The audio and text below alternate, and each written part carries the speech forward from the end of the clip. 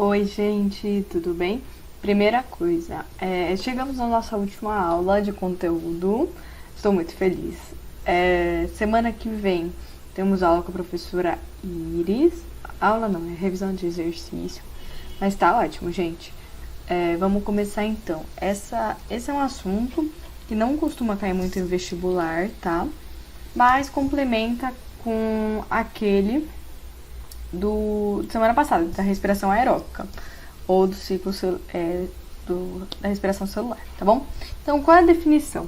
Respiração anaeróbia ou anaerobiose é o processo metabólico celular condicionados em ambientes caracterizados pela ausência de oxigênio, de O2. Basicamente, se a respiração aeróbica precisava de oxigênio para produzir energia, essa não necessita, tá? Ou seja, ela se trata da obtenção de energia a partir de reações químicas sem o envolvimento do oxigênio, como ocorre na fermentação e na glicólise.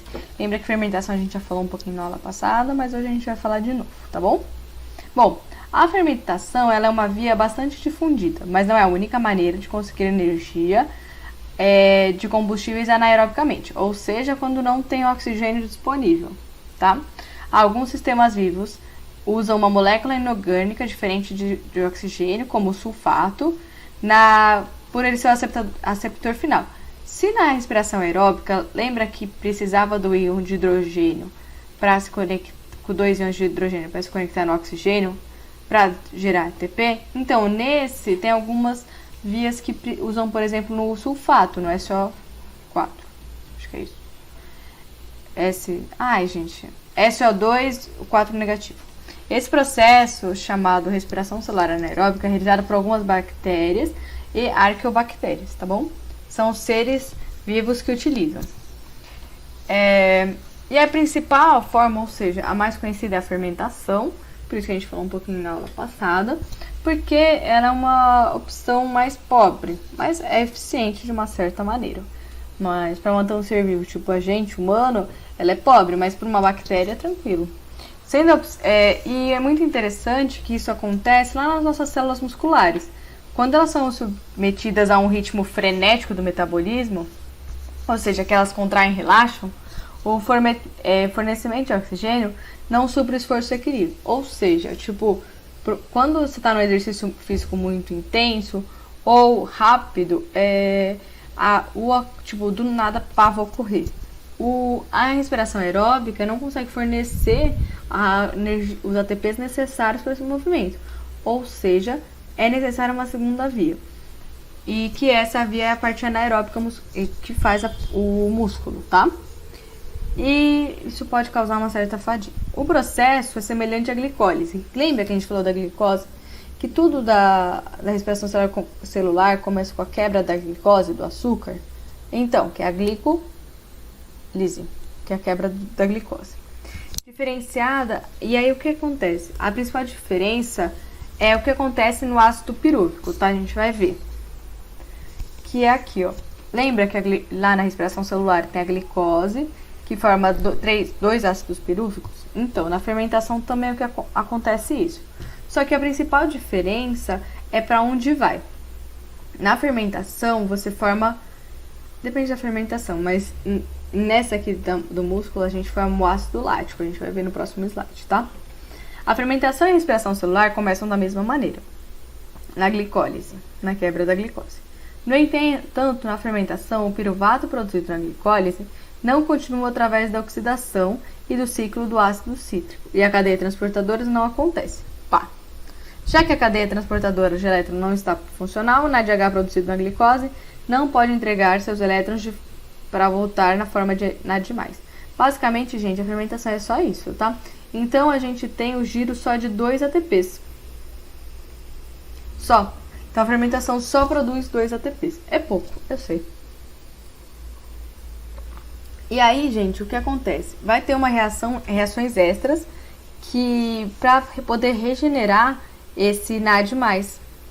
As reações conseguem isso permitindo que o NAD entregue seus elétrons a uma molécula orgânica, como o piruvato, para você poder ter um ciclo final completo. E aí, quando eu falei pra vocês que tem dois tipos de fermentação, a primeira é do ácido lático, que é aquela do músculo, tá? Essa aula é bem de conhecimentos gerais mesmo.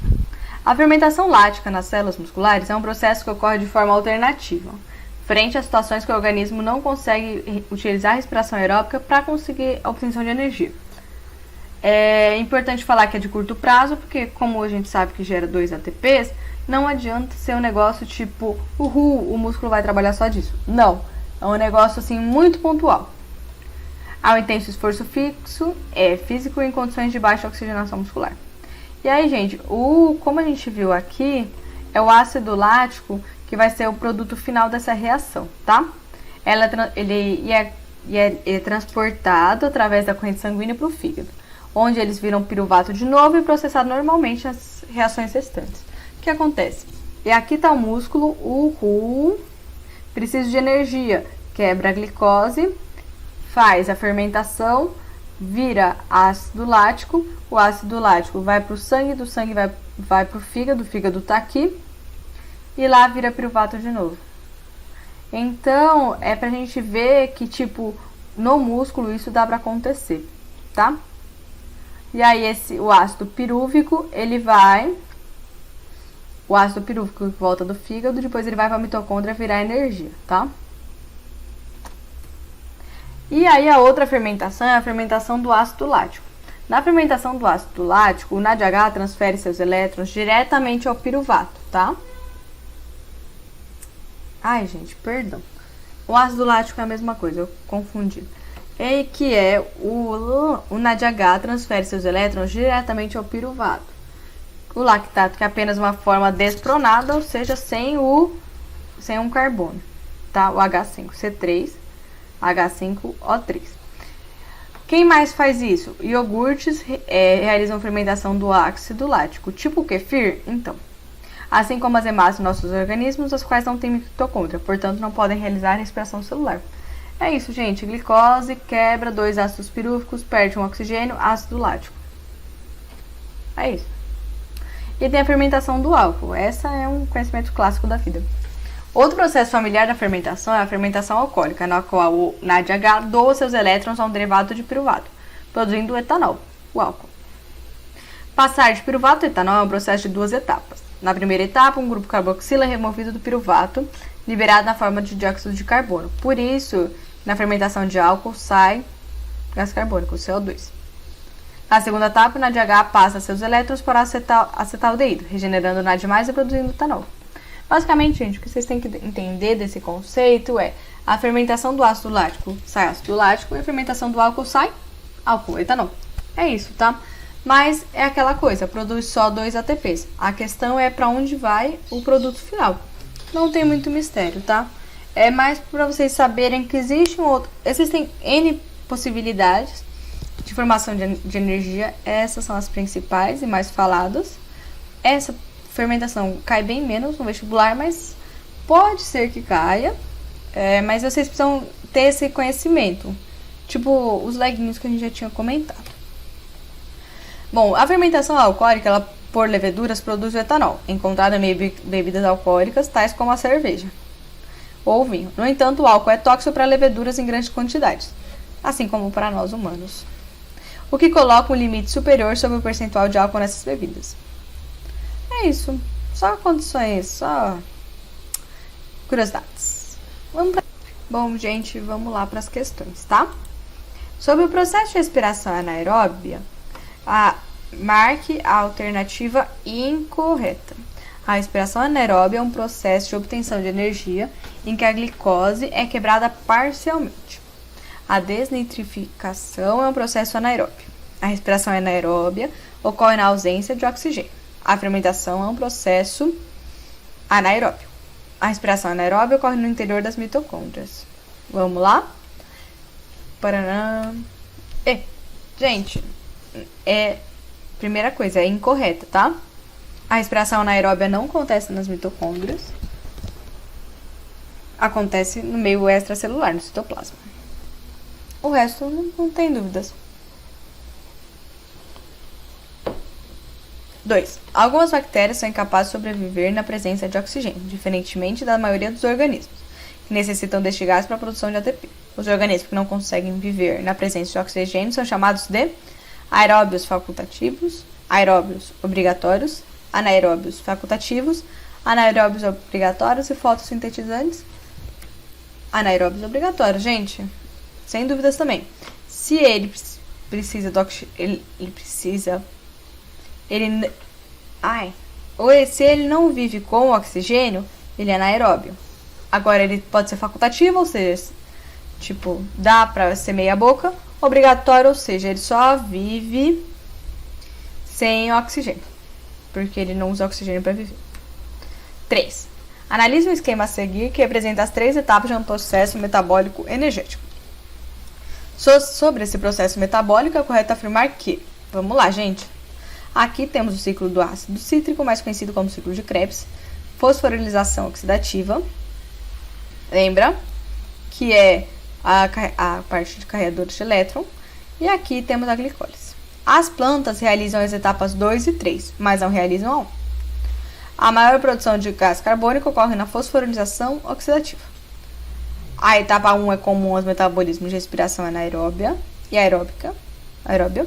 E os procariontes, por não apresentarem mitocôndrias, não realizam a etapa 3. C. Gente, os procariontes têm mitocôndria. Eles não têm carioteca, tá? A maior produção de gás carbônico ocorre na fosforilização oxidativa? Não. E é isso, as plantas também fazem a parte. O ciclo de Krebs, que ocorre no interior das mitocôndrias, é um conjunto de reações químicas aeróbicas fundamental no processo de produção de energia para a molécula eucarionte. Pode ser representado pelo seguinte esquema, aqui. Admita um ciclo de Krebs que, após a entrada de uma única molécula de acetil-CoA, ocorre normalmente até a etapa de produção do fumarato, aqui. Ao final da passagem de produtos desse ciclo, para a cadeia respiratória, a quantidade total de energia expressa em ATP será igual... essa é uma pegadinha. É isso, gente. Vou deixar vocês pensando. 9. Gente, é só... Se vai até o fumarato, é só a gente contar. Aqui tem o ATP, tem as formações do NAD e do FAD. É isso. É uma pergunta mais incomum essa, mas pode acontecer. Por isso que é importante a gente saber do FAD e do NAD. Normalmente, as moléculas de organismo humano realizam respiração aeróbica, no qual o consumo de uma molécula de glicose gera 38 moléculas de ATP. Contudo, em condições anaeróbicas, o consumo de uma molécula de glicose é capaz de gerar apenas 2 moléculas de ATP. Qual curva representa o perfil de consumo de glicose para a manutenção da homeostase de uma célula que inicialmente está em condição anaeróbica e é submetida pelo aumento gradual de concentração de oxigênio? Tcharam! Por quê? Aí, que é a 5. Como começa com a respiração anaeróbica, ou seja, não tem oxigênio, é dependente de muita glicose para poder fazer a fermentação e virar ATP. Conforme você vai tendo uma exposição gradual, você precisa de menos glicose, porque cada molécula de glicose vai gerar 38 moléculas. Então, cada vez vai caindo menos. Você vai aumentando a concentração de oxigênio, gente. Super tranquila. Precisava de conhecimento de biologia? Um pouco. Mas esse aqui é tipo 100% interpretação, tá? E é isso, gente. Essa última aula eu sei que ela é meio... mas é porque é mais pra conhecimento e tipo... Vocês precisam saber. Se eu acho que vai cair? Acho que não. Não é um conteúdo muito tradicional. Então, mas vocês precisam ter, enfim. É isso, tá? Vejo vocês nas revisões. E qualquer dúvida, manda uma mensagem no WhatsApp ou no Facebook, tá bom? Beijo, gente. Boa semana.